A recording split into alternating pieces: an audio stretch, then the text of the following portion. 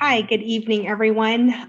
Welcome to the South Sacramento Florin Community Air Protection Program Steering Committee meeting number 25.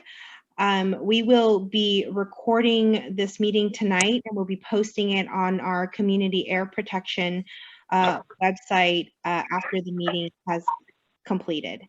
So with that, I am going to pass it over to Bill Nelson and Patricia Shelby, who are our co-chairs for the committee. Thank you, Janice. Would you please put the screen back to the galley so everyone, there we go, so we can see everyone. Good afternoon or evening, depending on your preference. Thank you so much for joining us today. We appreciate you taking the time out of your schedule for this very important topic and appreciate all opinions and contributions. And in short, we're happy to have you. So we will start with a roll call. Okay. Bill Knowlton is here. Bishop Baker. Here. Here. Gary Johansson. Here. Patricia Shelby. I'm here. Rhonda Henderson. Here. Stephanie Williams. Tito Hong. Present. Vincent Valdez. Here. Jesus Cervantes. Here. Hien Chan. Here. John Rice. Here. All right, perfect. Janice, do you want to do a roll call of the staff? Yes, Dr. Alberto Ayala, Here. Mark Lautzenheiser, Here. Brian Krebs, Here. Jaime Lemus, Rafe Porter, Here. David Yang, Here. Marina Franceschi, Here. Jamie Arno. Hi, everyone. I'm here. And then I have CARB staff, Karen Buckley, Here. Deldy Reyes, Here. Dave Ridley, and facilitator Ariel Ambruster. Here. And I'm done with the roll call. Perfect. Ariel, would you please go through our agenda and timing? Sure, if we can get that on the screen.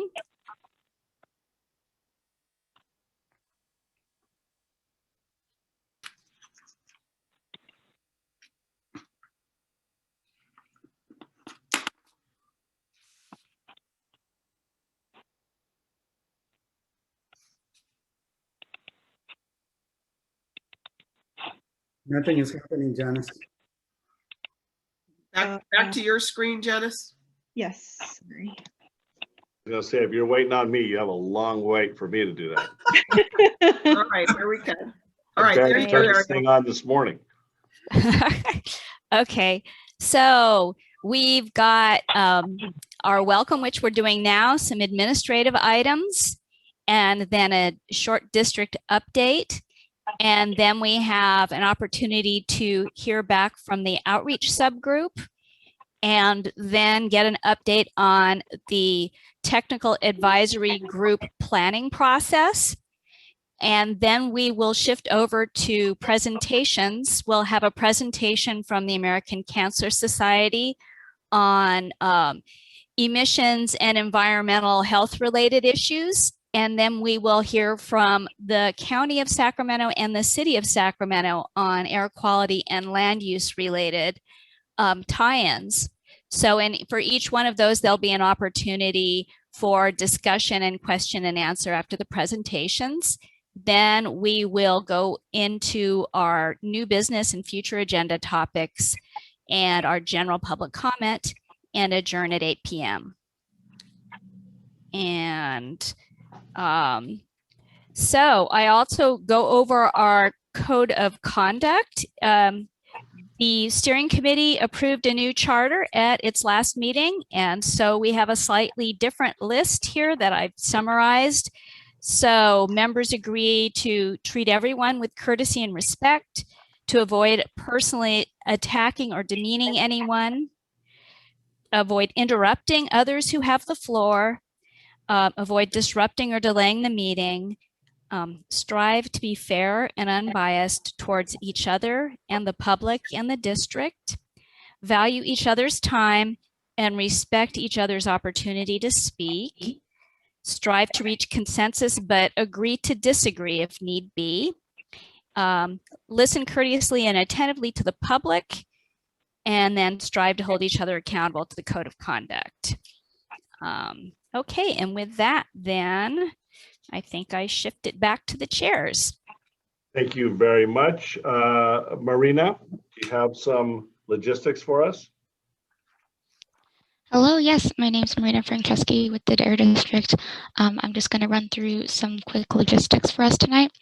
So we have staff available to help you if you have any technology issues. Just send an email to that address on the screen, ab617clerk@airquality.org, and someone will contact you. You can also message either the host or co-host in the chat box if you're having any technical trouble. For agenda items with steering committee discussion, the chairs will announce the format of the discussion. So if it's round robin, the chairs will call upon each member one by one to participate. And then after each member has spoken, you're welcome to please raise your virtual hand if you have additional comments or questions.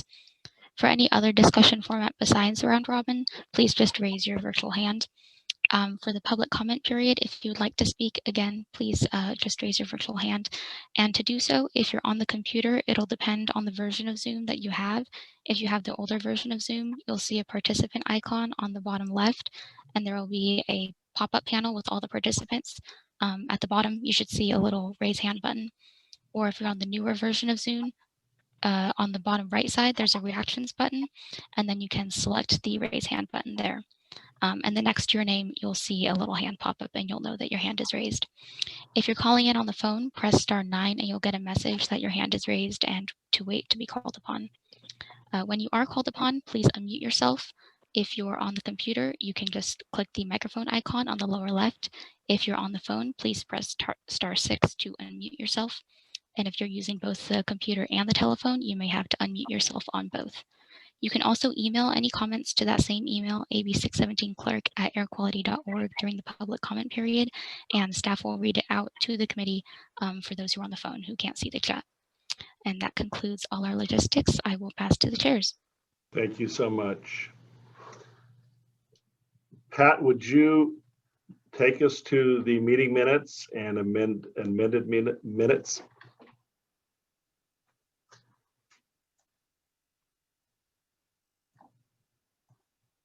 Pat, you are on mute.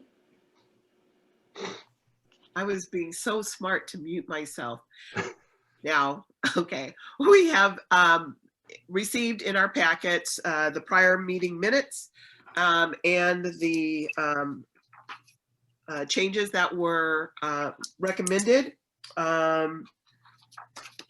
And do I have a motion for approval of those minutes?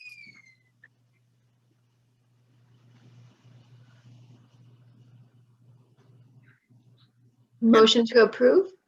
Okay, thank you, because I can't see everyone at the same time, sorry. So we have a motion for approval from Hien. I second. And a second from John Rice. Yes, ma'am. All right. And with that, do I have, we can just do an audible. Do I have votes to approve? Aye. Aye. Do we have any opposed? Being none, they are accepted. Minutes are put into the record. Thank you, Pat. All right, Mark. Yes, thank you. So we just want to give both ask a question, but also a quick update to the committee. As you know, we did have the application process open for additional steering committee members.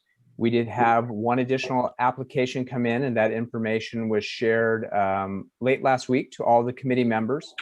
So the next step really at this point, pursuant to the updated charter that the committee approved, is a recommendation from the steering committee to the district on the application. So that is from the Power In Alliance, which does then represent some small businesses in not just within the community area, but certainly does represent some of the small businesses in the South Sacramento Florin Steering Committee boundaries.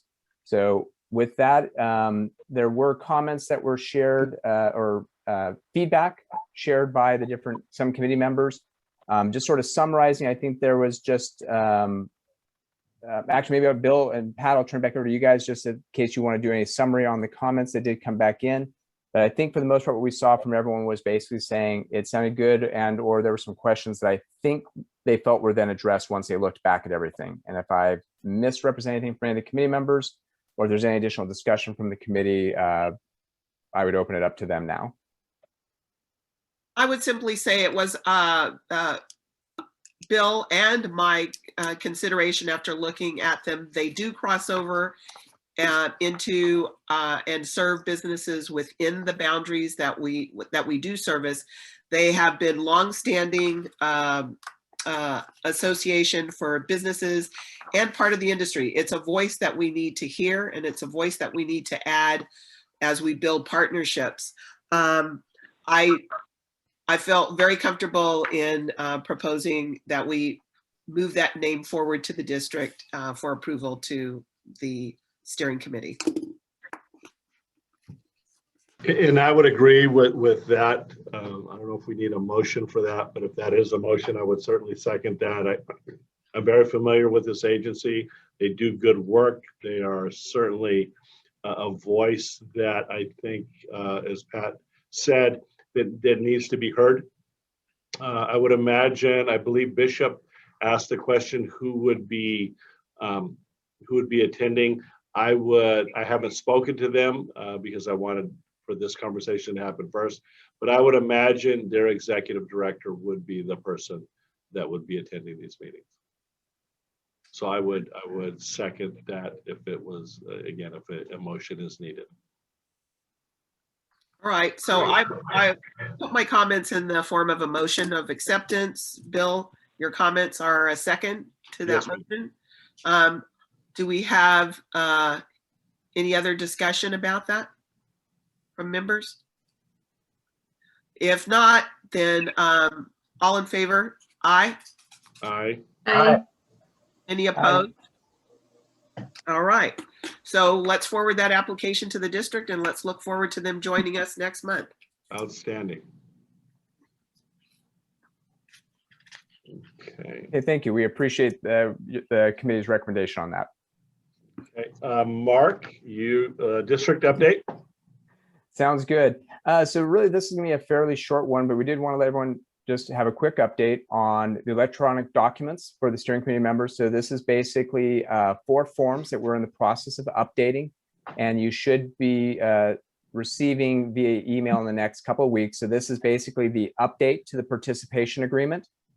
This will be the updated stipend form, the new conflict of interest form that you guys approved as part of the charter update, and then just the payee forms, which really sort of goes back to the stipend form.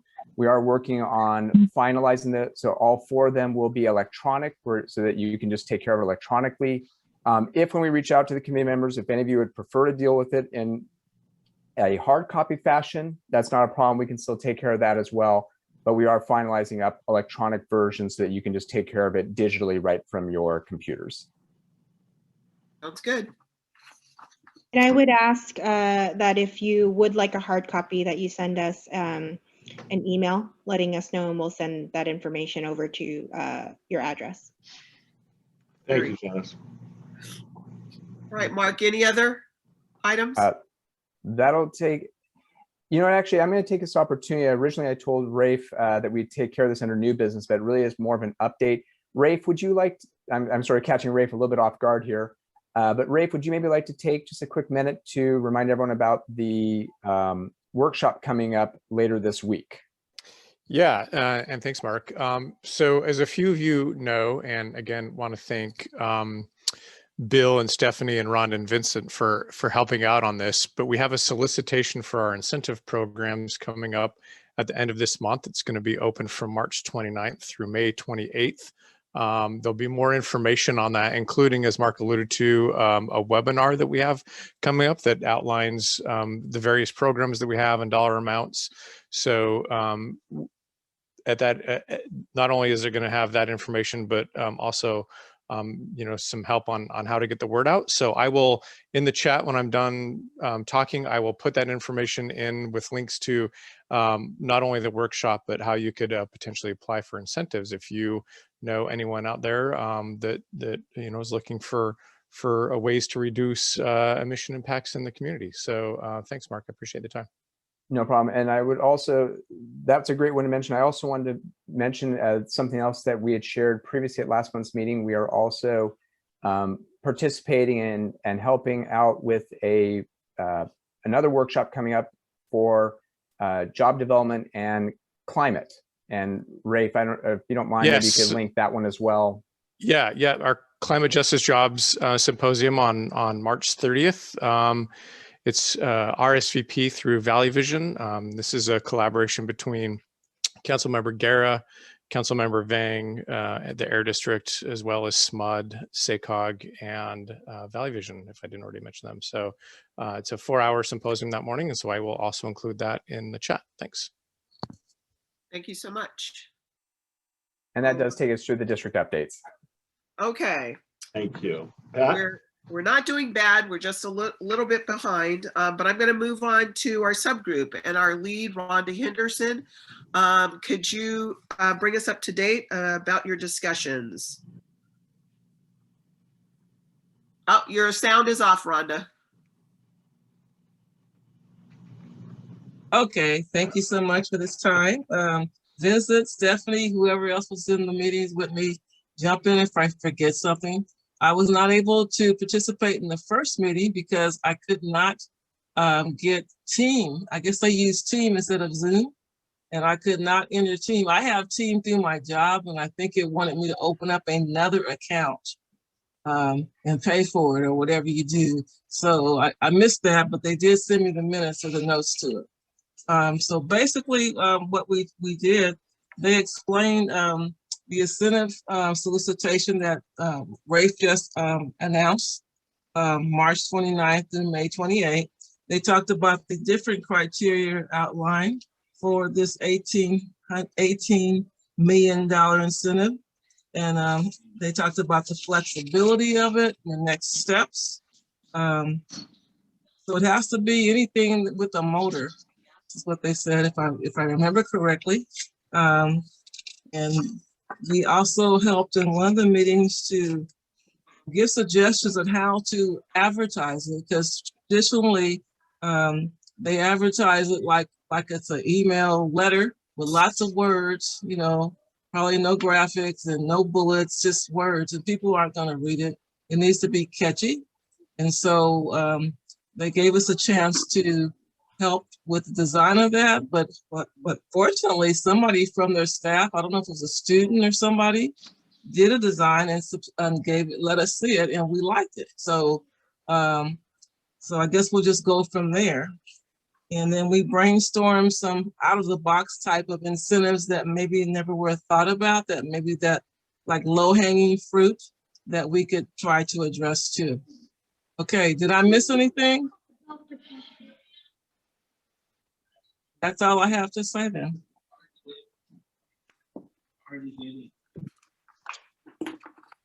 Okay. Thank you, Rhonda. Sure. Where's his drink? Hello. We got someone's side conversation. Yes, it was full. It was. I think that was John Rice. He's gone. That's good stuff. Yeah, I was like, someone's child is in the meeting. Yes. All right. All right. Vincent Valdez, what do you want to report out? Because I know you don't have access to your computer to share what you wanted to be able to share on screen. So we can bring it back to the next agenda, but what do you want to do for updating right now about this subgroup with the technical? Can you hear me now? We can hear you. Okay, because I can't, my screen, I don't know what screen I'm on right now, but as long as you can hear me, so I can give you an update. Me and Pat worked on a memorandum of understanding for all the different members of the TAG. We're working on some of the logistics of how it functions for the new members. So the technical advisory group idea came out of when we were working on the CAMP, the community air monitoring program. And so some of the questions were centered around the types of monitors we were using, locations, and some of the real technical information that were involved in that. And so we proposed to start a technical advisory group and I think it might have been April, May, or June, I'm not sure. But we had a couple of meetings and they were really good meetings. And so a lot of people from the community showed up, said they wanted to volunteer and help us with our goals. And so it was enlightening. It was really good.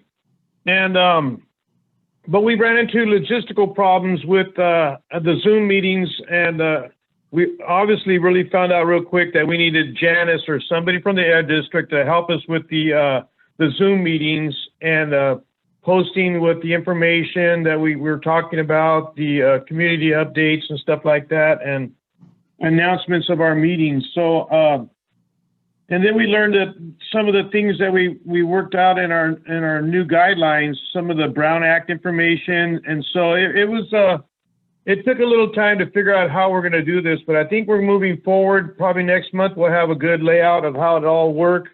But one of the biggest things with the TAG that we learned was the roles of the TAG, the steering committee, and the district. And the roles are that we're all going to work together at a separate meeting. The TAG should be comprised of technical experts on air pollution, monitoring, data integration, public health, and policy.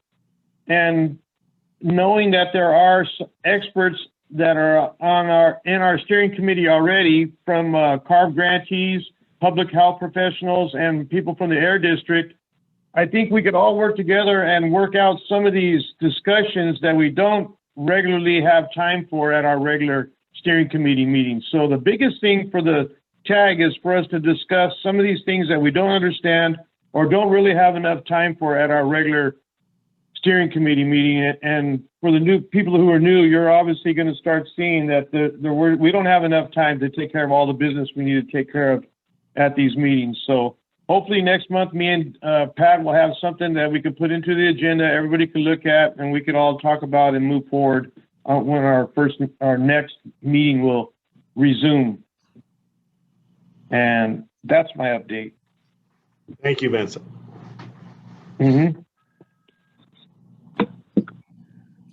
All right. Thank you, Vincent. You're welcome.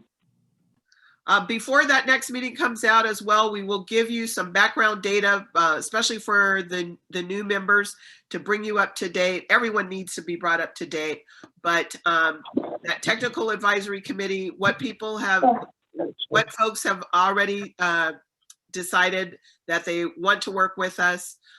We also want you to look at the memorandum of understanding. So we'll get all that packet information out to you ahead to also review. And we're looking for Vincent is the lead for that committee, and we're looking for one other member to be his co-lead with the committee. So we'll get that information out to you and look forward to who we'll team up with. All right. So at this point, we have a guest speaker that's coming on. And he is, now, just a second, before I get to that, did everyone get their packet, get a chance to pull out some of the items about that were sent to us from Dan Weaslink with the American Cancer Society?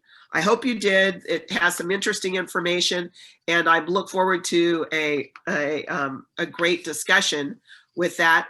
But I also wanted to introduce to you Jim Kennedy. Jim Kennedy is with the Health Alliance.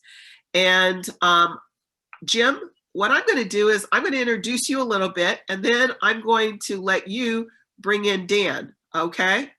Fantastic. How's that sound? Okay. Dan, is that good with you? Give me a thumbs up, or okay, you still like him. All right, that's cool. All right. So Jim Kennedy, we are going to actually ask him to come back and bring us more information in the future about the Healthy Air Alliance. But let me give you a little bit of information. Healthy Air Alliance believes every person has the right to breathe clean air and recognizes that that often what is harmful to the planet is also harmful to humans. They are determined to stop another generation from exposure to dangerous toxins, fossil fuels, and believe our best hope is to join together and share our collective voices. We work collaboratively with concerned citizens, community leaders, nonprofit organizations, and government agencies to bring forward solutions that will immediately improve air quality for everyone. Okay, and with that, Jim and Dan had attended a Valley Vision and made a presentation there. I was so impressed with the information and thought it was helpful to us. And they are working in a collaborative effort. That's what we're trying to build here in Sacramento. And I thought that having them come and seeing how we can be able to build this relationship would be a good idea. So Jim, welcome. Thank you so much, Pat. And thank you everybody for taking a moment to hear me as I introduce Dan.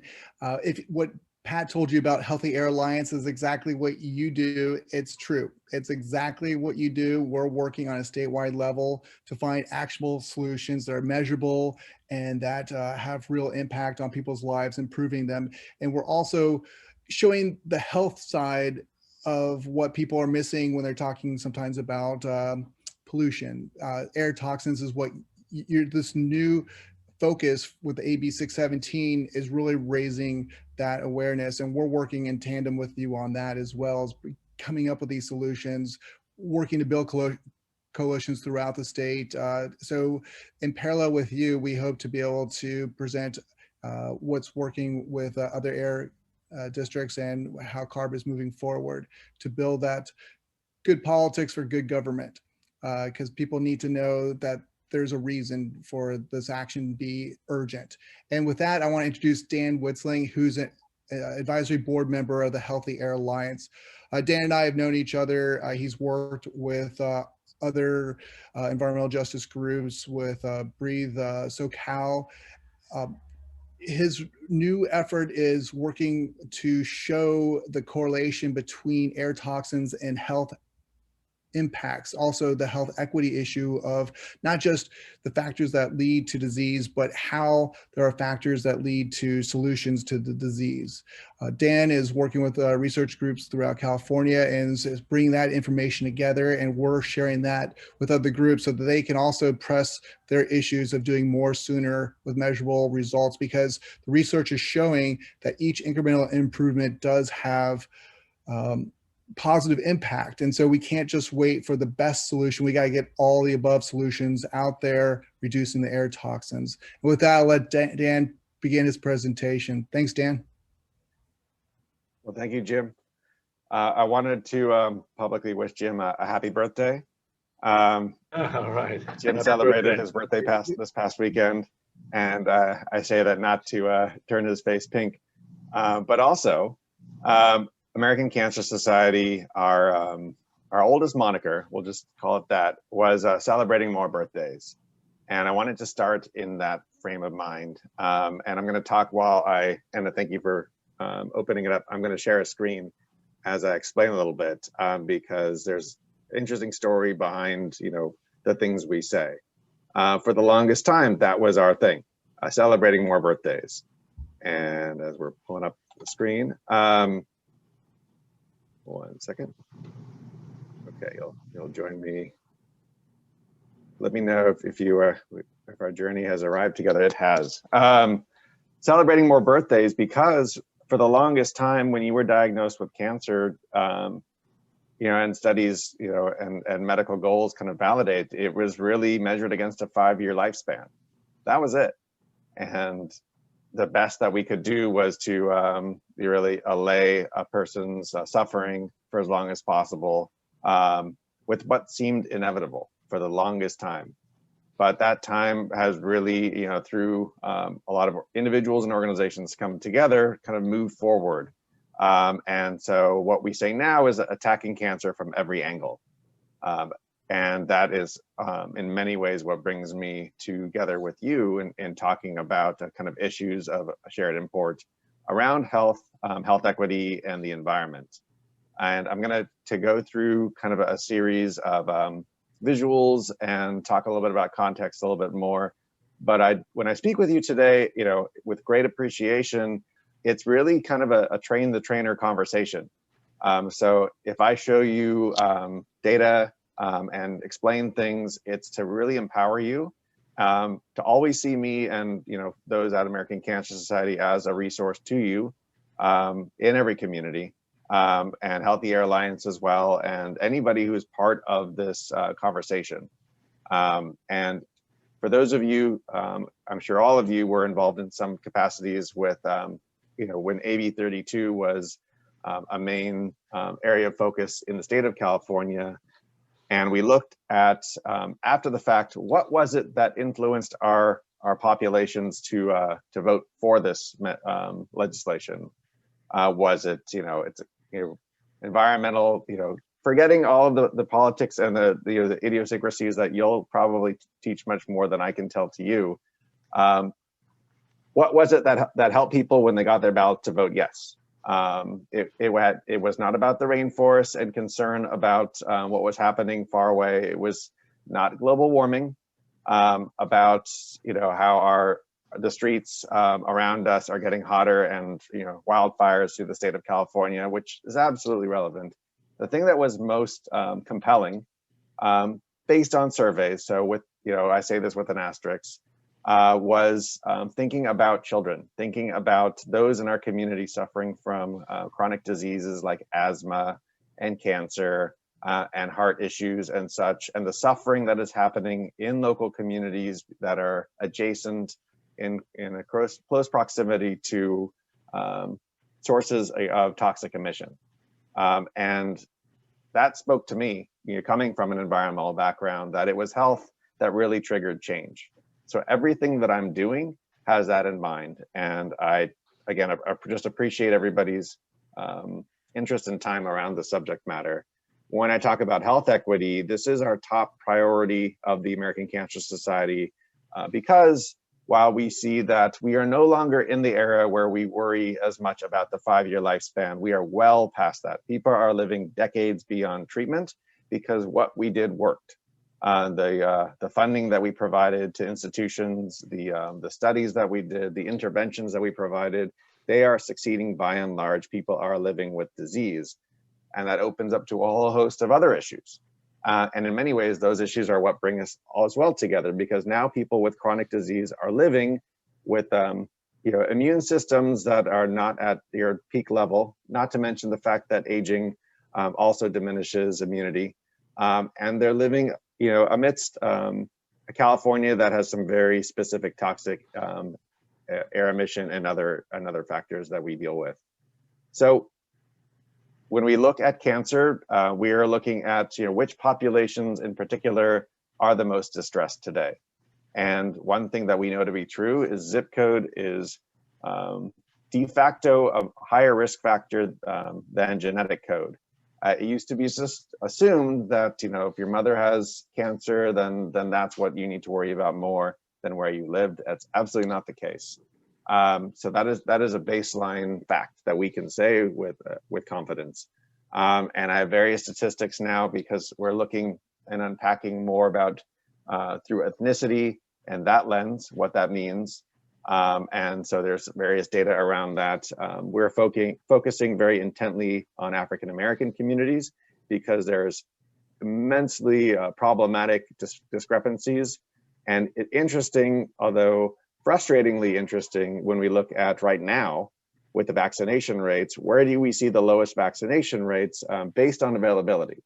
It's also with African American populations, and oftentimes in the same communities that we've been talking about our concerns about cancer. So this is the same conversation, and we're putting it in front of different diseases. And as you're going to see soon, there's some other layers that also make this even more relevant. So we're looking today at correlation. Correlation is really where we are in time, and why that is a newer conversation. And you would think that this has been, I can't believe it's been more than 100 years, the Cancer Society. Why only now? Well, a lot of the data that was available to us and others making health policy was at best at the county level. And if you can even look into any county in California, especially where we have high levels of urban density, you can't really have a county data that informs you about what's going on in a given area. And even, not even, AQMD was very to the point in recognizing that where they were studying air quality in communities, at least in the South Coast District, might be different from the Sacramento area, for the longest time wasn't ever necessarily even near the major transportation corridors. So the data that was coming out through the MATE studies and such wasn't necessarily giving us the information that we needed to really inform policy. So what we're starting to look at more, because now, as you can see, we can get to the street level to look at cancer incidence rates.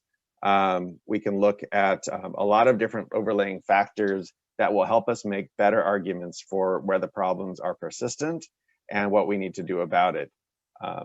And that is really the strength that is emergent and relevant and present now today, and not that old. So why we're having this conversation today and in recent years versus 10 years ago, we just have better data. And it's through that that we're able to move further steps faster towards better policy and interactions. So a lot of the slides that I'm sharing with you, and I don't know how well you can see, and if you can, I'll just briefly describe, and absolutely this is public information that we're sharing, that when you're closer to the transportation corridors, and this is not us, this is some environmental mapping, you can see higher levels of pollution. And so now we're going to keep comparing in different ways. What does that mean for cancer incidence? So we need to acknowledge that there's a lot of different factors that could influence cancer. And we do say that carcinogens, environmental exposure is absolutely one of them, but there are many. And because of this, also, there were reasons why at the Cancer Society, from our perspective, we didn't go out maybe 10 years ago to talk about pollution and cancer as kind of that silver bullet in the same way we did with smoking. There's a lot going on, there's a lot of influences, but we know that kind of where you live matters. And if you start from that perspective, you can start to make a lot of very strong arguments that are relevant to cancer, that are relevant to the environment, that also feed into the food islands, the heat island effect, your lack of access to care, your lack of access to resources, and how all of these factors converge. Last year, for instance, and you see too much sun, ultraviolet exposure is a risk factor. As you saw, a lot of the newspapers were reporting studies about the spike in ozone last year, while the particulate matter went down because we just weren't driving as much. We know that ozone is also where the challenges we're having with ozone exposure are caused by some of these same issues that we're dealing with, the toxicities in the air, how that affects the body, how there are definite correlations to certain cancers. Skin cancer is the simplest one to understand. And communities that have a lack of rain, the constant droughts and the wildfires are absolutely having an effect above and beyond transportation, because recognizing the mobile sources and stationary sources of air pollution, it's still pollution. And the way that we can try to address it from different points of view to get to the same, to try to create the same interventions. So let's look a little bit at cancer rates. So I'm looking right now and sharing about cancer incidence rates and air toxics. And what I really wanted to emphasize here Again, this is broad. This is all cancers, and this is incidence rate. So this is people that have been diagnosed, but not necessarily mortality rates. That would be different pictures. Both are available. You can start to see that, and as best as possible, we tried to cue this up, that the darker colors, the higher rates of cancer often also coincide with the transportation corridors.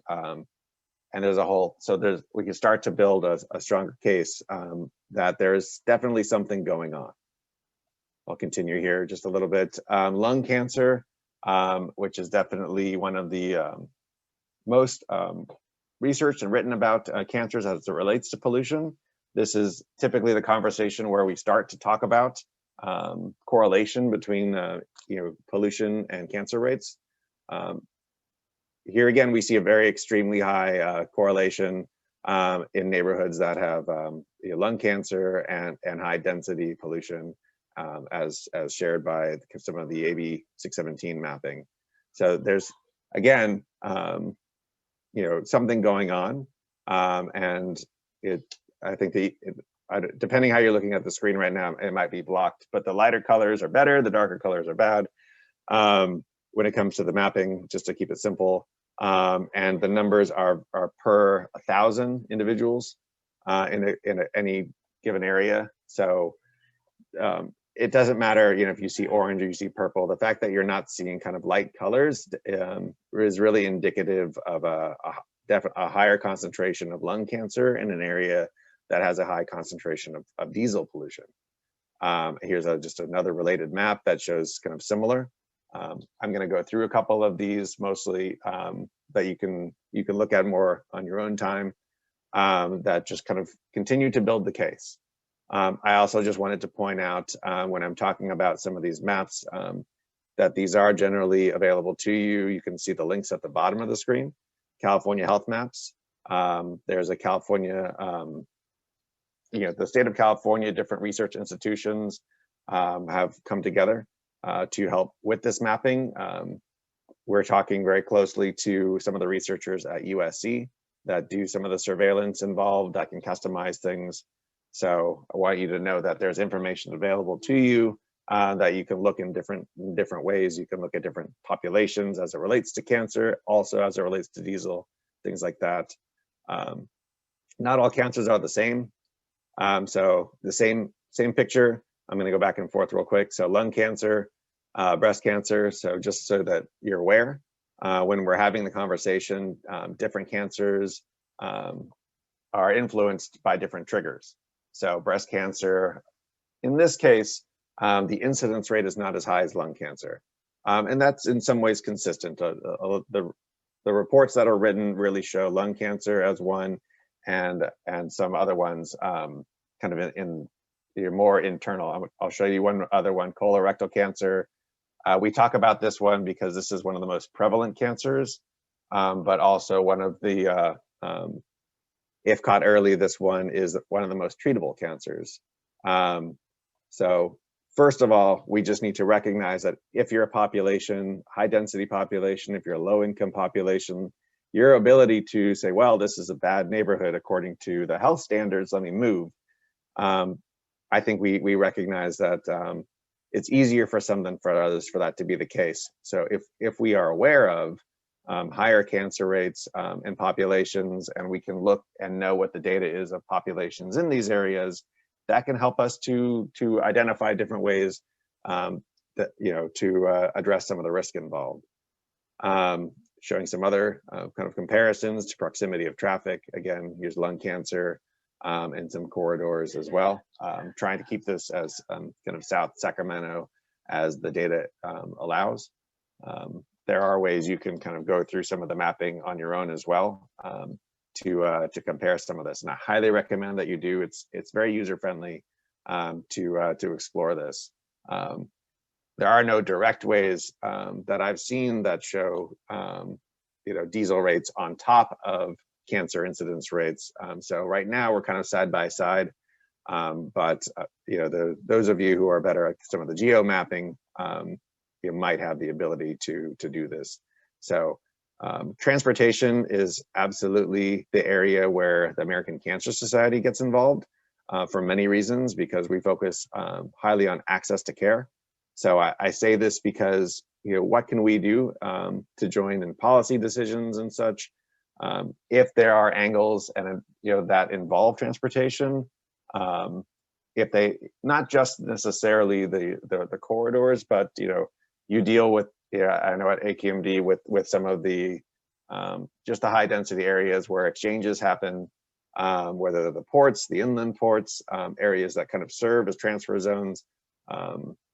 Those are areas that we might be able to get more involved and speak up. And if we can't, then we definitely work directly with all of the cancer serving hospitals and most of the federally qualified health clinics. In terms of seeking testimony from cancer survivors in certain areas to talk about living in these areas and the impact that it has had. And again, and now kind of pulling back a layer into some of the health equity. Now, this is not necessarily overlaying as much, I think, on the cancer, but sorry, on some of the diesel comparisons. But we are looking now at different communities by ethnicity in these same areas. So I know it's a little bit of back and forth, but you could go through and see, all right, so which communities are the most at risk in locations where there's high diesel density. And that's what it'll show you. And here's one with so AAPI that we're looking at, and we just looked at Latinx and African American communities, and just ways to kind of looking at it all together, and you can see that is absolutely not the same. So we're just looking at this kind of data as it is. Certain communities that are impacted higher, it may just be that there's a higher concentration of certain communities in locations that leads you to this. But this helps make a very compelling argument, which is what I truly hope to help to make happen. So I say this as John Oliver so eloquently puts, a correlation is not causation. Because early into COVID, he was showing that where T-Mobile is located has a higher risk of getting COVID. Clearly, one has nothing to do with the other. It's just high density populations are where virus tends to spread. So that is true in the cancer research community.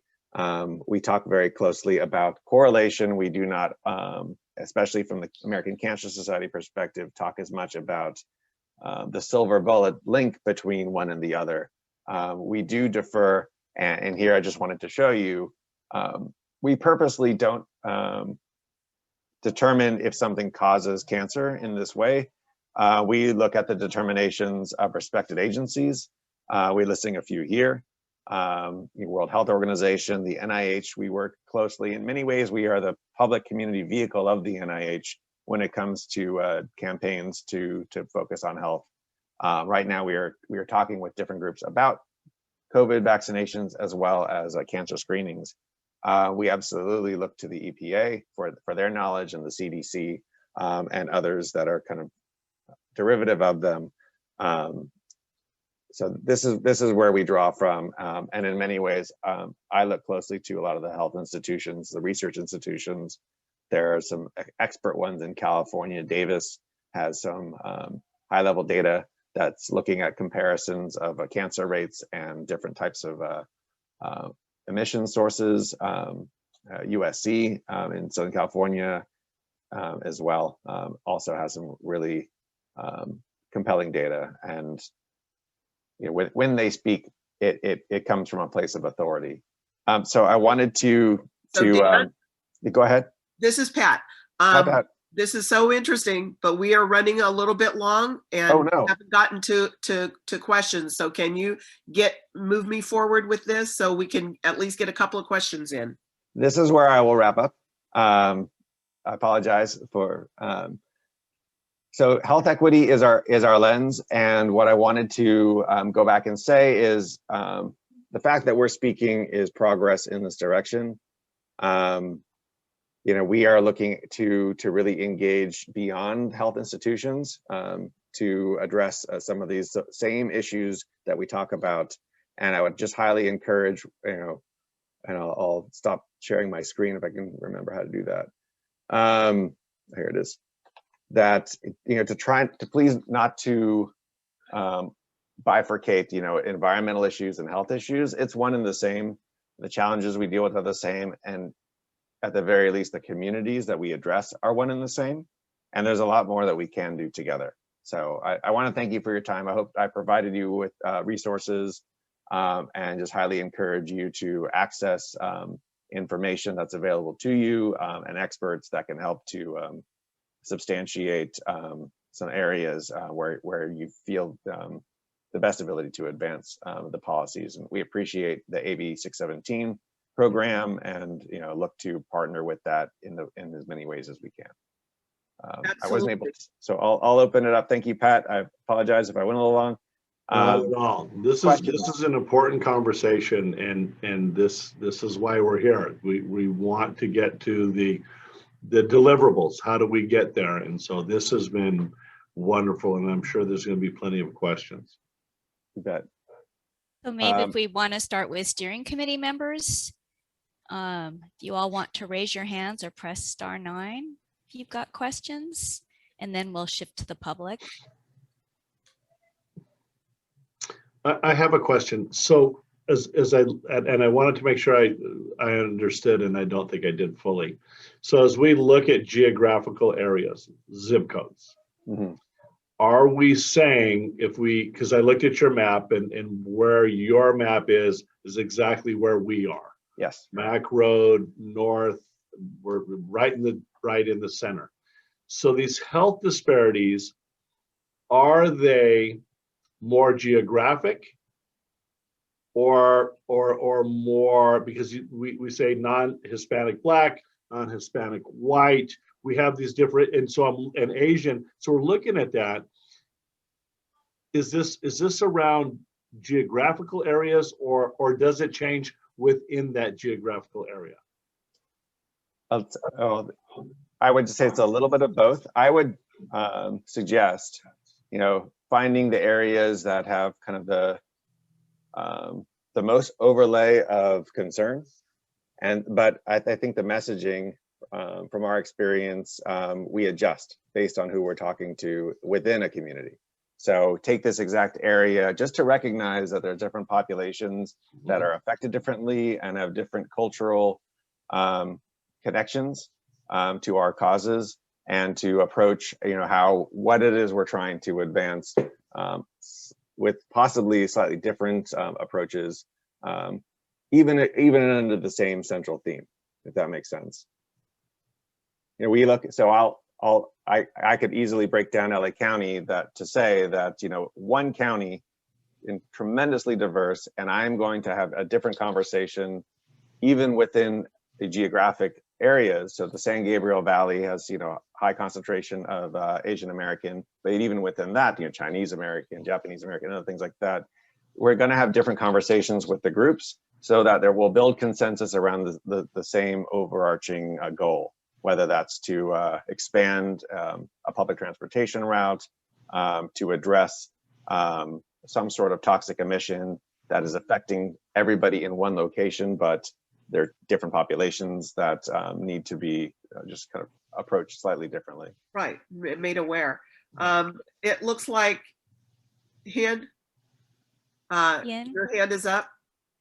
Yes, so I saw the slides featuring information about diesel, and, you know, we're hearing more and more about different industries moving to be more, you know, electric vehicle driven, all that. The industries that rely on diesel to run and operate, do we know if there are any kind of movement there to find alternative, more, I guess eco-friendly options that would not be such a burden to air pollution? What we know from our experience, I'll at least say with the tobacco industry, is that, you know, we do as best as we can to encourage consumers, but it's the policy measures that are influencing the industries that tend to get our results faster or more impactful. So looking at auto industry and such, tightening the screws on some of the goals around, you know, emission reduction or electrification, Looking at, you know, the gas industry, kind of in the same way.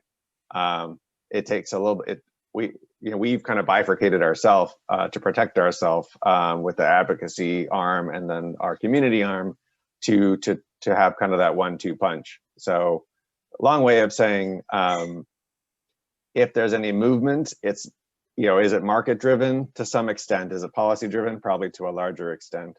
And especially California, we see that people, you know, they want, sometimes industry will go around a restriction as long as there's a consensus that everybody's doing it.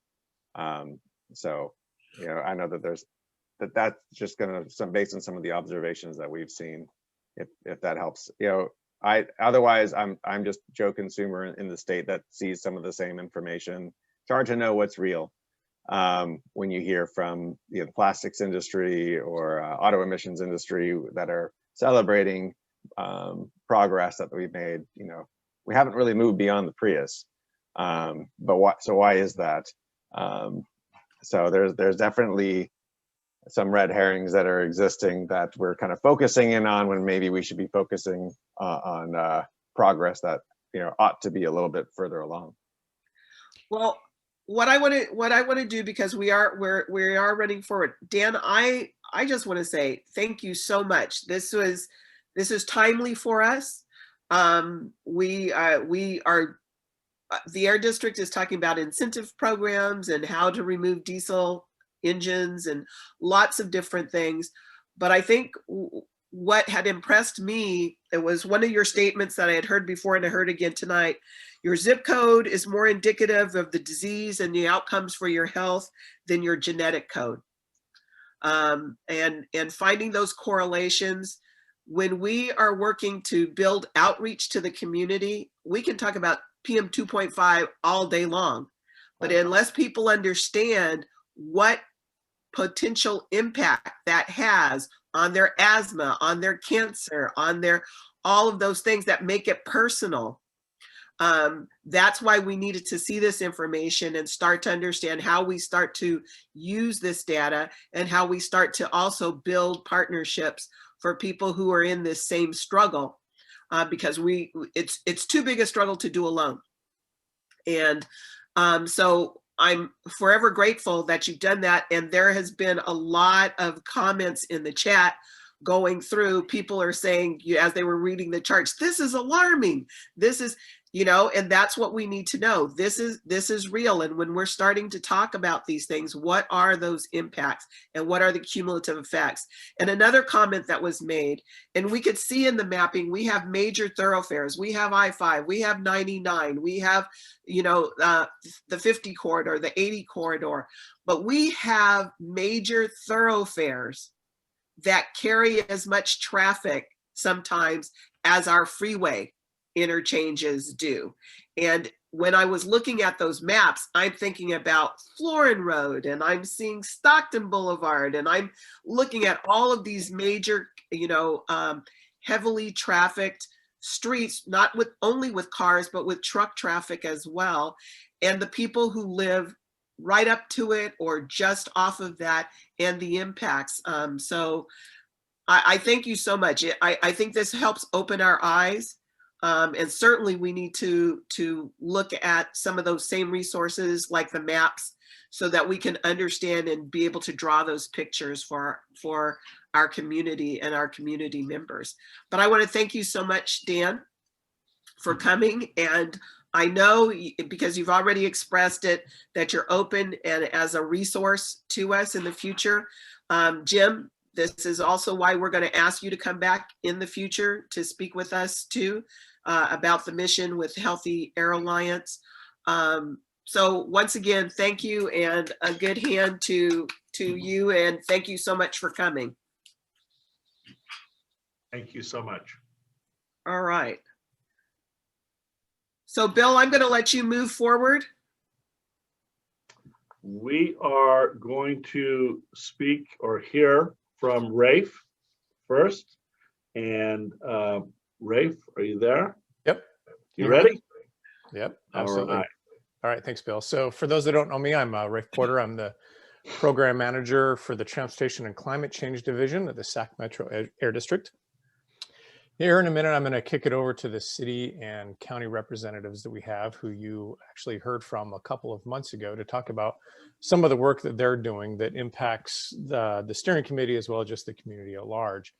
But I wanted to first take a step back and just generally talk about how land use interacts with air quality and why we feel like that's important. So if we can move to the next slide.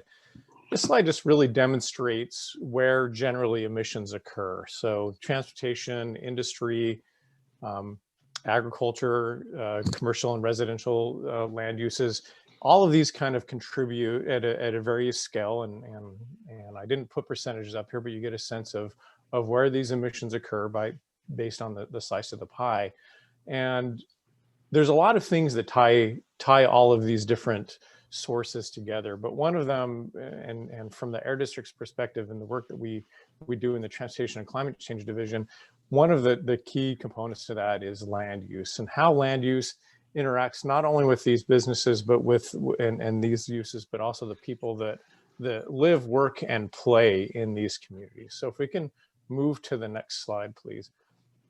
So really what this all comes down to is that interaction between air quality and land use. And we think about it in kind of three ways. And it's one, it's how is that emission source, or what is that emission source? And from that land use perspective, how can we reduce that emission source? And so I think a really easy way to think about this is, again, in that transportation sector, it would be like putting an electric vehicle on the road. And how that interacts with land use is maybe providing some charging infrastructure. But you can also think about this in the built environment with things like the equipment that you use, the machines that are used as part of that. So anything that it has an emission, it's just reducing it at that source.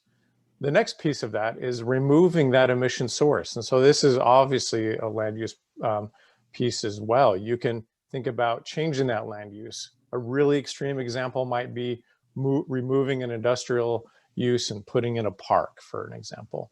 But this is not only has to be an existing land use, this could be a future land use as well. And you're going to hear a lot about from the county and the city here in a little bit about some of the various ways that you can interact with them on some of the things they're doing with future growth that they have. And then the last thing is actually reducing emission impacts. And in the chat on that last conversation, we heard a lot about this. It's things like street trees and things that you might not think have an impact, but moving the sidewalk a little bit further away from the street, providing shade structures, or just even the design of a neighborhood or a commercial corridor plays a lot in how those emissions impact the people, not only the residents living there, but if you have to ride your bike or walk along those streets to get to where you work or dropping the kids off at school, you're putting yourself right in the direct line of those emissions. So it's reducing those impacts. And so some of these projects or some of these land use interactions play to that. And so if you could move to the next slide. So we have these sources, we have these different ways that they interact with land use. And then there's a way, kind of the next step that we think about that is, how does the community interact with that? And so the Air District works with the city and the county, and we provide, input on these land use decisions that are being made. And we all think that they're happening in a black box, but they're really not. There's a lot of opportunities to provide input, and the community can work with the city, and they do work with the city and the county on these land use decisions. So things like general plans and development proposals and climate action plans are all ways that you have the ability to interact with these decisions and provide input on them, so that when you see slides like what we just saw from the Cancer Society, you're more informed, and then you can go and have conversations with these folks as well. So what I was talking about is just giving this general viewpoint on what really is the interaction between air quality and land use, and how are those impacts there. But now we're going to hear from Todd Smith at at Sacramento County, and then we're going to transition to Remy Mendoza at the City of Sacramento to hear and take a little bit deeper dive on some of the work that they're doing and how specifically the community, the steering committee, and the community at large can interact on these decisions. So I think it's Todd that we're turning it over to at this point. So I will. That's right. Turn it over to him. All right, thanks, Todd. Thank you, Rafe. That was a really good introduction, and I, for one, appreciate the detail in your slides because I kept mine pretty high level. And I'm going to share my screen here. Hopefully I can do that and get going here. So, the request to us, both the city and the county, was to kind of give this 101 type of presentation, which explains kind of what we do as the planning departments for both the city and the county. I'm with Sacramento County Office of Planning and Environmental Review. My job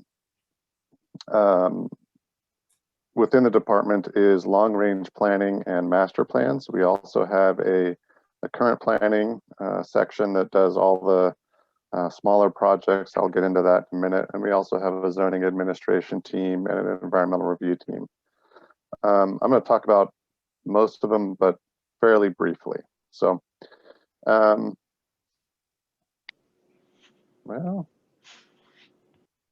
there we go. So just at a real high level, our jurisdiction as the county, as it relates to land use activity, yeah.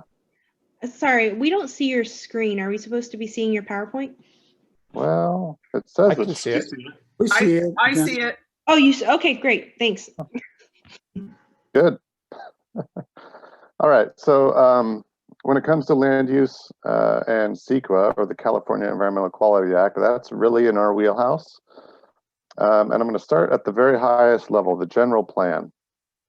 So the county's general plan, the last kind of overall update was done in 2011, so about coming up on 10 years ago now. And the general plan is really a blueprint for physical development in the unincorporated county. So it does not affect the land use decisions in the cities within the county. It's just the unincorporated county. And state law requires that jurisdictions have 8 mandatory elements in the general plan. And I've listed them here: land use, circulation, housing, conservation, open space, noise, safety. And this last one, environmental justice, is applicable if the jurisdiction has what are identified as disadvantaged communities. In Sacramento County, we have 4 environmental justice communities. That's what we call them. And we have an entire element in our general plan related to environmental justice.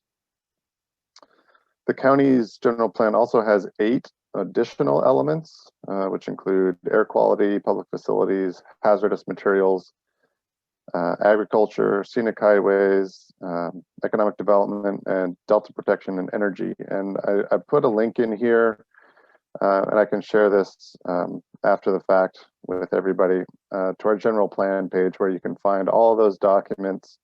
They're separated out by element. You don't have to download the entire thing, but it's all there. Lots of great reading. And then the next level down, as it relates to land use, is our county development code, sometimes referred to as the zoning code, but the zoning code is really a piece of the overall development code. The development code also includes things like development agreements, where the county enters into an agreement with a developer. There's terms and conditions that spell out what the responsibilities and commitments are. We also have special planning area ordinances, where there's kind of unique circumstances within a smaller geographic area of the county. We also have a few neighborhood preservation area ordinances, or NPAs. Those are places where the individual community or neighborhood has identified certain characteristics that it wants to keep, retaining kind of the quality of life that exists in some of those communities. And then finally, specific plans, which are larger geographic areas. They're also in a section of our development code. And we also have the countywide design guidelines, which is, I think it first came into play around 2015 or so. It includes a design review program and an advisory committee, which is really aimed at trying to create a higher quality both architecturally and aesthetically, higher quality development in the unincorporated county. And these two documents together go into a lot of micro detail. I'm not going to really touch on a lot of it tonight, but you can follow that link on the page and check it out for yourself. And together, the general plan, the development code, and the design guidelines all work together to provide a certain lens to how we review certain types of development projects. And so someone mentioned in the chat earlier, and there was a really good discussion about vegetative barriers as one way of reducing pollution exposure. And so I want to mention in our general plan, in the air quality element, there are a few policies starting around AQ3, and then a couple ones after that that specifically call out a requirement for pollution exposure reduction measures. And that could be tree planting, and I know the Air District has a really good guidance document they put out a couple of years ago. And it could also include buffers. And where I want to make a difference here, or distinction, I'll do that in a later slide, but it really has to do with what we can do within the existing environment, built environment, versus in new development. And I'll touch on that in a little bit. So the other part that I want to cover is CEQA, or the California Environmental Quality Act. That's one of the things that we do in our shop. So all those new development projects that come in, we collectively refer to them as land use entitlements. So they may need a subdivision map or a use permit or a rezone or a master plan. All those activities, and including the associated public infrastructure, whether that's from a developer perspective or even the county when it builds infrastructure, has to go through environmental review. And the purpose of that, of CEQA, is public disclosure of those potential environmental effects from those types of projects. So depending on the type of project, we might have a simple notice of exemption. CEQA has a whole section devoted to types of projects that are exempt from environmental review. Moving up the hierarchy, you can do an initial study, which could lead to a negative declaration or mitigated negative declaration.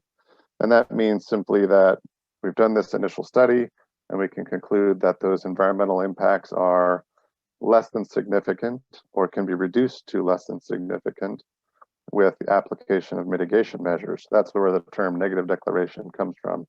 Where I'll give you your 4-minute warning. Thank you.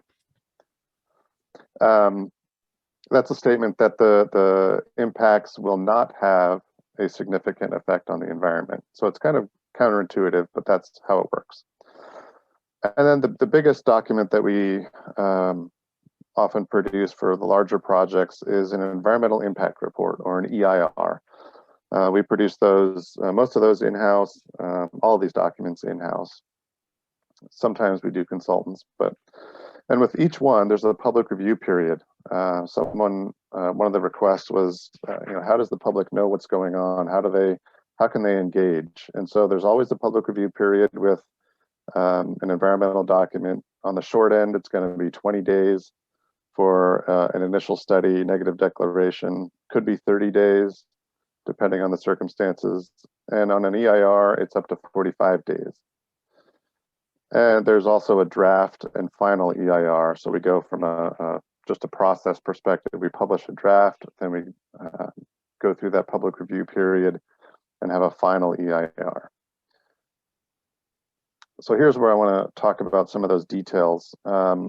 When we go through environmental review, cover a lot of topics. I'm not going to talk about all of these, but I did put in green here at the bottom the ones that are probably relevant to this group, and that's air quality and climate change.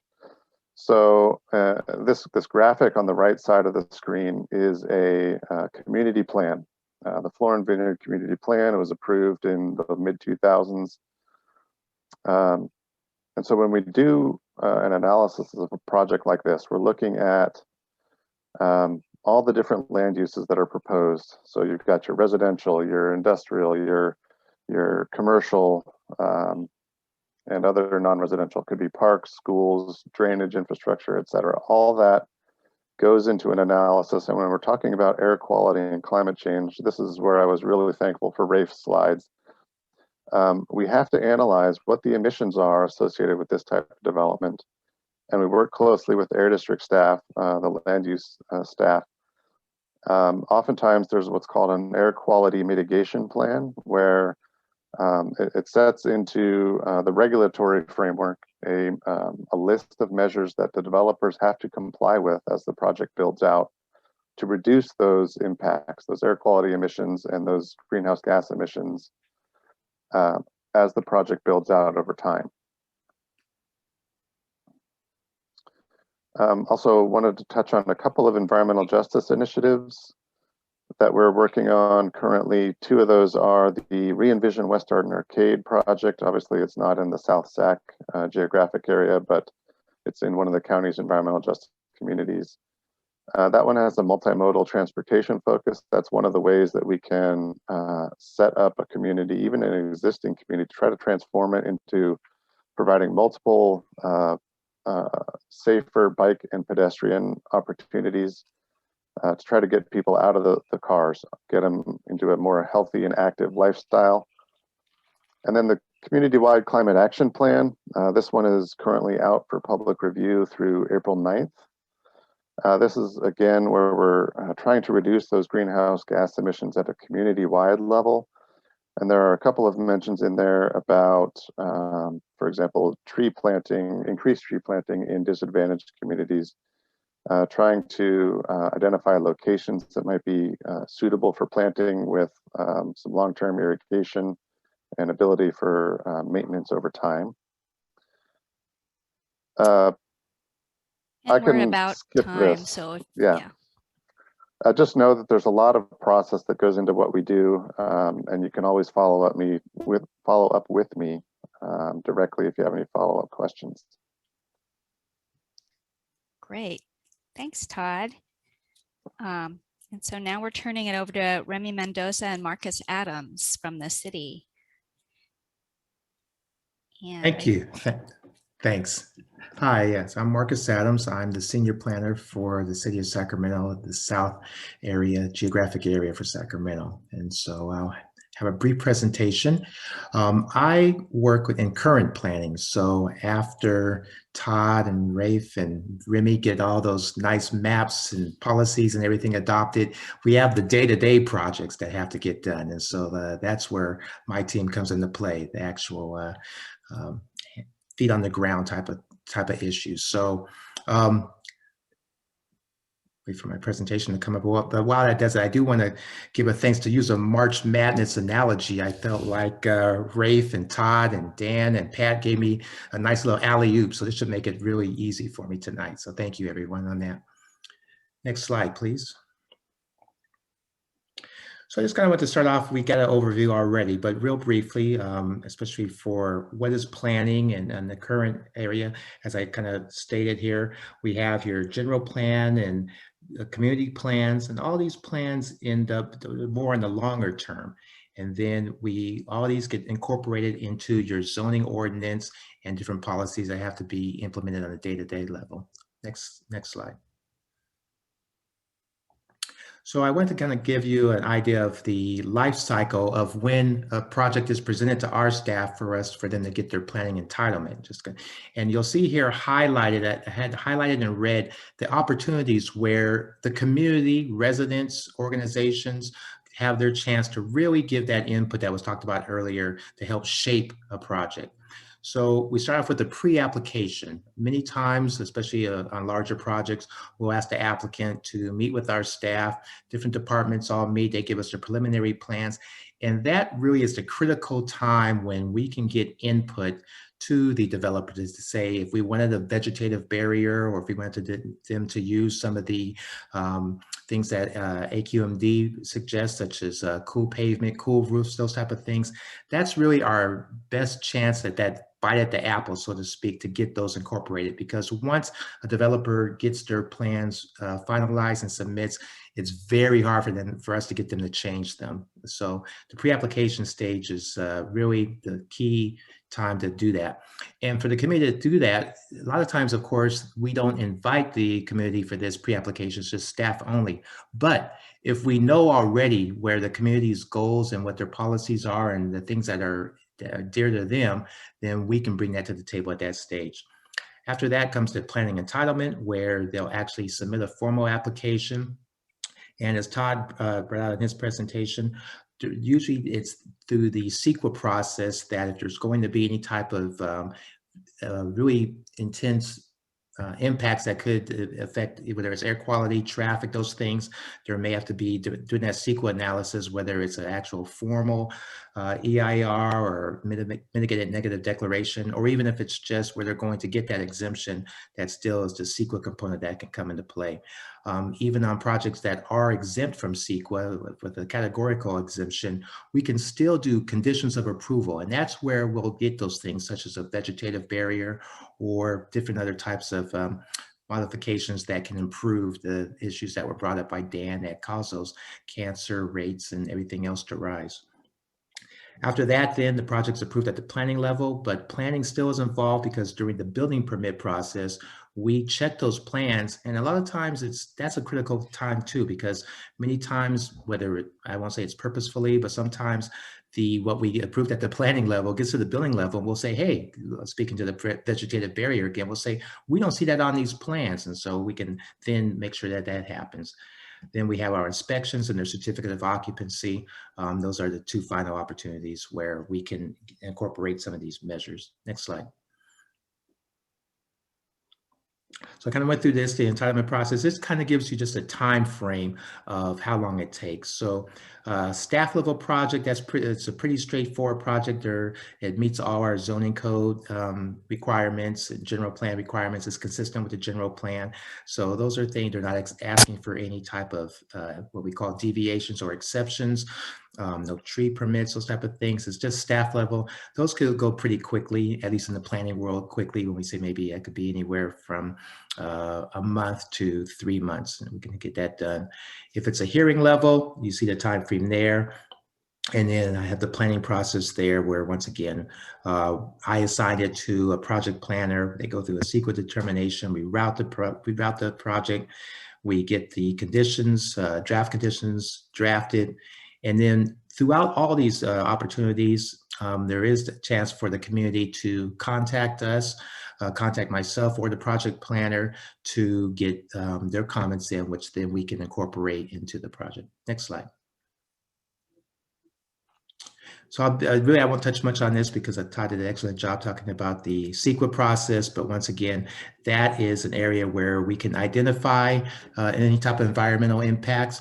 I've had some projects where maybe we weren't aware of an environmental impact and a community member has brought something to our attention where we can then say, hey, we heard from a community member that there's this going on at this out at this site, and have them look into it. So there's the obvious and then sometimes not so much obvious things that can get found during this time, the CEQA process. Next slide.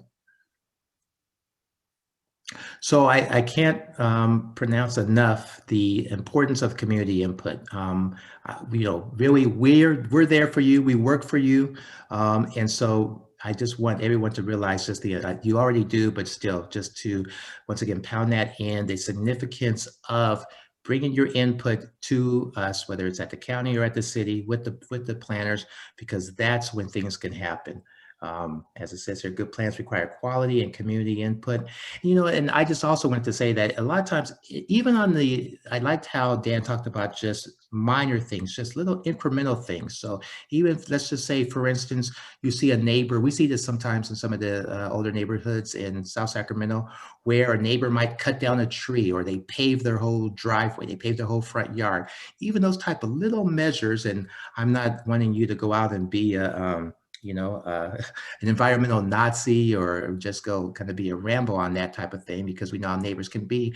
But a lot of times people don't realize the impact of such a little thing as paving your whole front yard. So even those type of things that you can just make aware to the neighbor, I think that really helps us. And it helps us as planners, because a lot of times people will say, well, we need a drive-through, or it brings jobs, or a gas station. But I think if they can hear what that can mean as far as negative impacts, then that helps us out too. And it just helps the community just be a lot more knowledgeable. So. And Marcus just giving you a 4-minute. Next slide. And so now I'll just pass it off to Remy. Thanks, Marcus. Good evening, everybody. I'm Remy Mendoza, Senior Planner with the Long Range Planning Team. I'd like to take a few minutes to share with you some of the major initiatives underway from the Long Range Planning Division and the city's new interim climate action lead, Jennifer Venema. Currently, we're 24 months into a 3-year process to update the city's general plan and climate action plan. To date, we've adopted a set of vision and guiding principles to help guide the development of these plans. And we've also approved a draft land use map and key strategies that will be used to help develop the text, graphics, and maps that will help guide the development of the city for the next 20 years.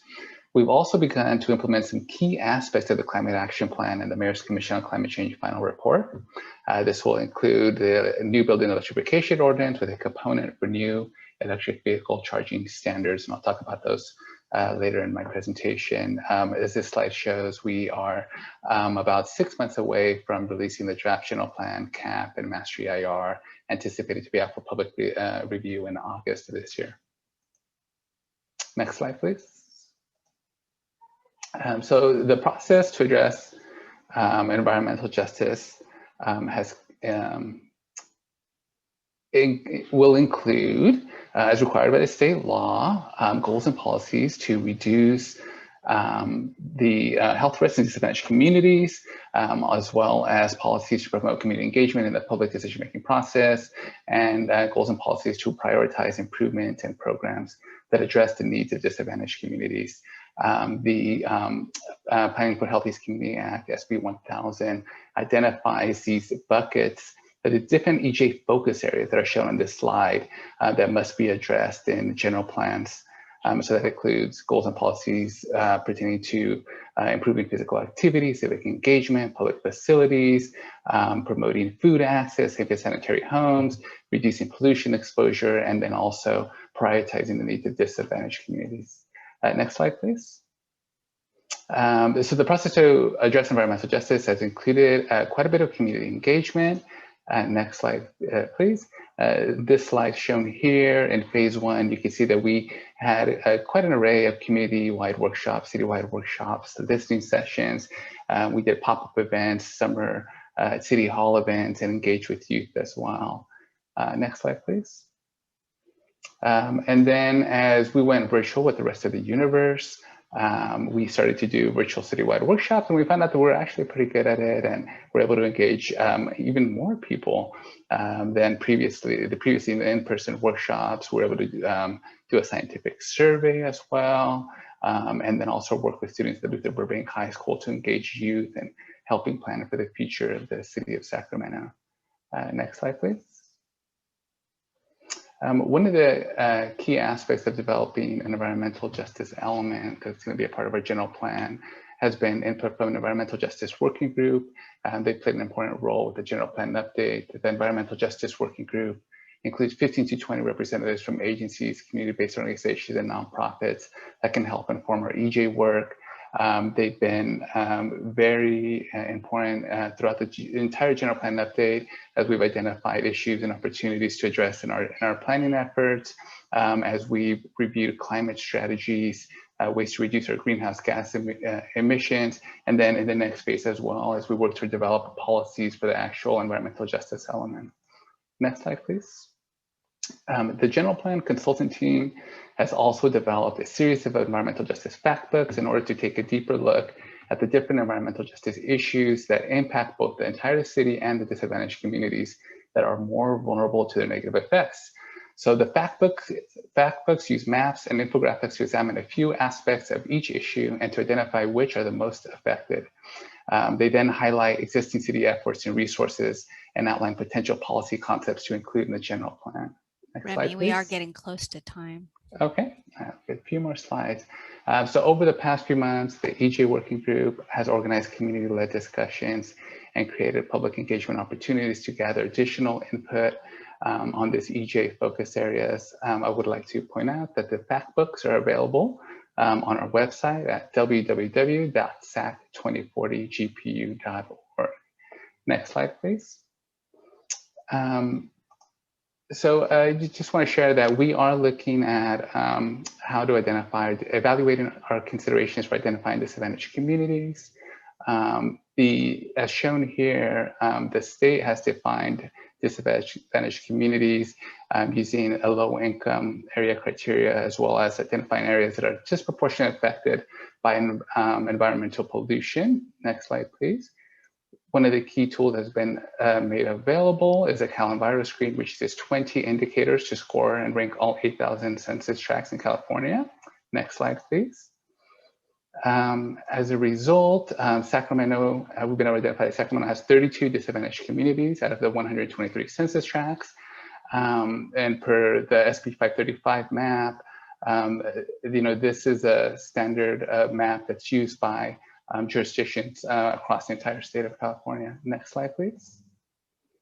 There is a gap in this analysis, however, as shown on this first map here in red. There's an area outside of the CalEnviro screen, disadvantaged community. It's not included, but as the next two maps show, there are high diesel particulate exposure and asthma rates in those communities. Next slide, please. Another tool that's recommended by the Governor's Office of Planning and Research to identify disadvantaged communities is a very broad application of the DAC designation, and in fact includes a large swath of the city of Sacramento. And the city of Sacramento does have limited resources to prioritize investments. Next slide, please. So in order to address these issues, our consultant team is recommending an approach which takes an expanded view of the community conditions beyond pollutions and hazards that can lead to negative health effects, exposure, or environmental degradation. Our consultants will identify environmental justice issues and their associated geographic areas of burden. Additionally, to determine which tracts are most burdened across topic areas, our consultants will create a composite map of issues explored in the 5 Sacramento environmental justice fact books, and then using a basic scoring system, maps will be layered over each other in a composite to visualize which sets of tracts are most burdened by topic areas. Next slide, please. Other factors in our analysis will include a critical race ethnicity lens, acknowledging the inequity in the community to an extent, partly as a result of past national discriminatory housing practices, such as racially restrictive covenants as shown in this black and white map here from Dr. Hernandez's research. Next slide, please. In terms of next steps and schedule for the general plan, climate action plan work, and specifically the EJ work, will be drafting policies in March and April, conducting additional environmental justice working group meetings in the spring, preparing the master EIR in the spring further as well, and then releasing the plan in the summer of 2021. And then next slide, please. And then I'll just close by identifying some very bold initiatives and ordinances that the city is moving forward with in order to help reduce our greenhouse gas emissions. The city is proposing to require all new development to be all electric. Low-rise buildings would be all electric beginning on January 1, 2023. And then new construction that's 4 stories or more would be all electric beginning on January 1st, 2026. Additionally, for EV infrastructure, beginning low-rise infrastructure, new construction would have to provide 20% EV capable charging spaces and at least 1 installed operational level 2 EV charger. Those requirements will go in place at the time that the new all-electric construction requirement is in place for low-rise and high-rise development. Next slide, please. I'm just getting here to the last slide. There's also an ordinance that will include amendments to our planning and development code to support electric vehicle charging incentives that would incentivize electric vehicle charging stations by allowing a substitution of 1 electric vehicle parking space with the level 2 charger or 2 direct current fast chargers to be substituted for 2 parking spaces.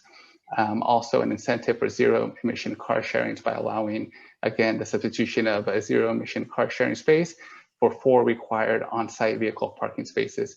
And this would go into effect 30 days after adoption, which is anticipated in April of this year. And the final slide, please.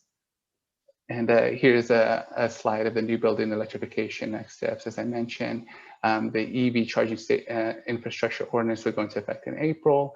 And at this point, the Law and Legislation Committee at the city has asked us to take a closer look at a new building electrification ordinance, but we are anticipating to come back to the committee and to council in the spring or early summer of this year in order to have it adopted in advance of January 1st, 2023.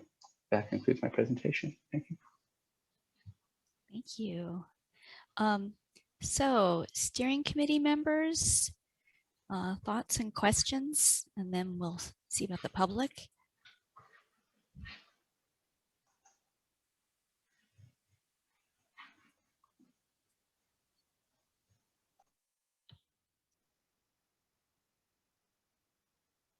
Okay. Mark, did you want? Obviously not a steering committee member. I will just say this, though. I know there's been a lot of, I think, very good and helpful information, hopefully from the county and the city, and certainly we'll also go, and if the committee or the public has questions. This may be, I know I'm still just processing all the great information, so there's may also be one of those cases where if the committee is interested in having them, whatever questions you may have today is so great, but this may be an opportunity where you may want them to be coming back at another opportunity after you've had time to process and think about everything as well. Yes. I'm sorry. My technical thing of finally trying to get my hand raised. And I'm glad that the city and county are here. This was great 101, just overview of what you are in charge of. I know that for myself, I would want a future presentation about the EJ elements for both the county and the city to be able to come back, because there was a lot of information I could see in those slides and the overview to be able to and to see how that overlays our area that we're working with.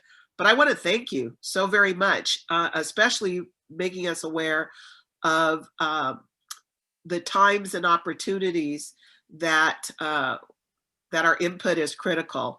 And one of the things I wanted to say about to Marcus Adams, that pre-application part, I think is very critical, and knowing the community and knowing what they want and things that we're concerned about are areas that we do need to take advantage of that opportunity to educate at the city and the county level, the things that we're talking about, like tree cover and what we're talking about for safe walking and setbacks off of traffic and some of those other things that may be helpful for not only lifestyle, but for health purposes. But I wanted to thank everyone for their input. It was great. And I'm not worried because the city and the county have made a commitment to us. So I know that they can come back and every question doesn't need to be answered tonight. But I do want staff, if we can, capture all that conversation that happened in the chat. And if we can get that out to us as well, it's fantastic. Those are some really good comments and really good references and links to information. And Dr. Ayala, did you have something you wanted to add? Yeah, thank you. Real quick, and I'll just echo what Pat just said. I really wanted to thank Todd and Marcus and Remy for working with us on this. One of the most powerful elements of AB 617, the community air protection, is our ability to leverage action and commitments and solutions by other jurisdictions. As you heard today, many of the things that we know the community is interested in go beyond explicitly the air quality realm. So we're looking forward to continuing to work with the city and the county, not only in South Sacramento, Florida, but really more broadly across our region. So I just wanted to thank our friends from the county and the city, and hopefully we can continue to work together. Thanks. Very good, thank you. All right, Bill? So we have a place in our agenda for new business. Do we have any new business that any committee member would like to bring forward? I just wanted to make sure that we pull out the workshop that's coming on March 30th. And maybe Rafe has more information about that so that we can have levels of participation in that as well. Yeah, happy to provide it. I put a link in the chat and I'll put it back in there so it's front and center.